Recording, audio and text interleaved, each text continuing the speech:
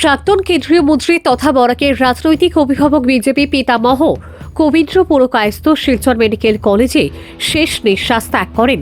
বুধবার শিলচর মেডিকেল কলেজে দুপুরে চিকিৎসারত অবস্থায় প্রাক্তন কেন্দ্রীয় মন্ত্রী তথা বরাকের রাজনৈতিক অভিভাবক কবীন্দ্র পুরকায়স্থ শেষ নিঃশ্বাস ত্যাগ করেন। তিনি বেশ কিছুদিন ধরে শিলচর মেডিকেল কলেজে চিকিৎসাধীন ছিলেন। তার প্রাণে বরাকের রাজনৈতিক জগতে এক অপূরণীয় নক্ষত্র পতন ঘটল। কবীন্দ্র পুরকায়স্থের মৃত্যুতে বিজেপি মহল সহ বরাক উপত্যকায় শোকের ছায়া নেমে এসেছে। এদিকে কবীন্দ্র পুরকায়স্থ মৃত্যুর খবর শুনে শিলচর মেডিকেল কলেজে মন্ত্রী কৌশিক রায়, বিজেপি নেতা রূপম সাহা, বিধায়ক দীপায়ন চক্রবর্তী সহ বিজেপির কর্মীরা উপস্থিত ছিলেন। সংবাদ মাধ্যমের সাথে কথা বলতে গিয়ে মন্ত্রী কৌশিক রায় ও জেলা সভাপতি রূপম সাহা জানান, কবীন্দ্র পুরকায়স্থ ওনার মৃত্যুতে গোটা বরাক উপত্যকা সহ শিলচর শহর মর্মাহত। বিজেপির একনিষ্ঠ সৎ নিষ্ঠাবান একজন বিজেপির প্রতিষ্ঠাতা বিজেপির পিতামহকে হারিয়েছেন। উনি সবাইকে ভালোবাসতেন এবং বিজেপির জন্য অনেক ভালো কাজ করে গেছেন। উনি যে কাজ করেছেন তা চিরস্মরণীয় হয়ে থাকবে। এদিকে সভাপতি রূপম সাহা, মন্ত্রী কৌশিক রায় সহ বিভিন্ন রাজনৈতিক দল ও সংগঠনের সদস্যরা কান্নায় ভেঙে পড়েন এবং প্রাক্তন সাংসদ, প্রাক্তন কেন্দ্রীয় মন্ত্রী কবীন্দ্র পুরকায়স্থের আত্মার চিরশান্তি কামনা করেন। ভারতীয় জনতা পার্টির প্রতিষ্ঠাতা, অন্যতম প্রতিষ্ঠাতা, শিলচৰৰ প্ৰাক্তন সাংসদ, প্ৰাক্তন কেন্দ্ৰীয় মন্ত্ৰী, আমাৰ সকলোৰে অভিভাৱক কবীন্দ্ৰ পুৰকায়স্থ ডাঙৰীয়া আজি তেওঁ মৃত্যু হৈছে। আমাৰ কাৰণে, সকলোৰে কাৰণে এইটো এটা অপূৰণীয় ক্ষতি। যোৱা বহুত দিনৰ পৰা তেওঁ অসুস্থ হৈ আছিলে। শিলচৰ মেডিকেল কলেজ হাস্পাতালত তেওঁ চিকিৎসা চলি আছিলে।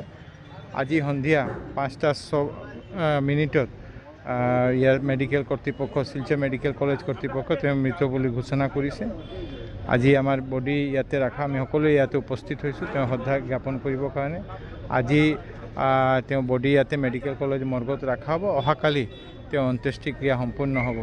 অহাকালি ৰাতিপুৱা 9টা বজাত ভাৰতীয় জনতা পাৰ্টি কাছাৰ জিলা কাৰ্যালয়ত তেওঁ বডি তাতে লৈ যোৱা হ'ব আৰু তাৰ পোনে পোনে তাৰ পিছতে 9:30 পৰা 12টালৈকে তেওঁৰ শ্ৰদ্ধাঞ্জলি জনোৱাৰ কাৰণে তেওঁৰ বডিটো শিলচৰ DSA গ্ৰাউণ্ডত ৰখা হ'ব। তাৰ পিছতে শ্মশানলৈ লৈ গৈ তেওঁ যে শেষকৃত্য, সেই শেষকৃত্য অনুষ্ঠিত হ'ব।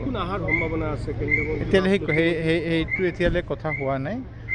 আমি সকলোকে জনাই দিছোঁ যে ইতিমধ্যে আমাৰ ৰাজ্যিক কমিটিৰ ৰাজ্যিক সভাপতিৰ লগতো যোগাযোগ হৈছে, মুখ্যমন্ত্ৰী ডাঙৰীয়াৰ লগতো সকলোৱে শোক প্ৰকাশ কৰিছে। আৰু ভাৰতীয় জনতা পাৰ্টি অসম প্ৰদেশ কমিটি অহাকালি, আজি আৰু অহাকালি যিমান কাৰ্যসূচী আছিলে দলীয় কাৰ্যসূচী, সমস্ত কাৰ্যসূচীবিলাক বাতিল কৰিছে। আমার জীবনের রাজনীতির শুরুয়াত ওনার হাত দিয়ে হয়েছে। উনি আমাদের অনেক কাছের মানুষ ছিলেন। ওনার ব্যবহার আচরণ ছিল নিজের ঘরের মতো। উনি আমাদের সঙ্গে সম্পর্ক রাখতেন। আর ওনার মৃত্যুতে আজ বরাক উপত্যকা নয়, সমস্ত আসামে ভারতীয় জনতা পার্টির এক বিরাট ক্ষতি হয়েছে, অপূরণীয় ক্ষতি, যার ভাষায় আমি বলতে পারবো না। কিন্তু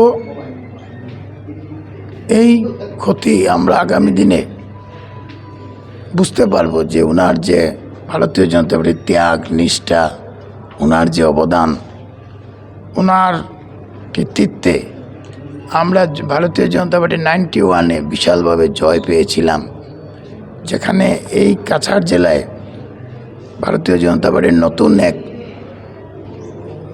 যে ভূমিকা হয়েছিল। এত কষ্ট করে উনি যেভাবে পার্টিকে আঁক বাড়িয়ে নিয়ে গেছেন, সেই নেতা আজকে আমাদের মধ্যে নেই। আর আগামীকালকে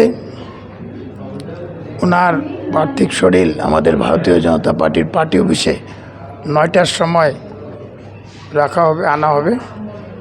তারপর আমাদের ভারতীয় জনতা কার্যকর্তা সবাইকে অনুরোধ করছে আপনাদের মাধ্যমে এবং গুণমুগ্ধ ব্যক্তিরা যাতে ভারতীয় জনতা পার্টি অফিসে আসেন এবং শ্রদ্ধাঞ্জলি নিবেদন করেন। এবং এরপর আমরা DSAতে নিয়ে যাব। DSAতে অনেকক্ষণ থাকবেন।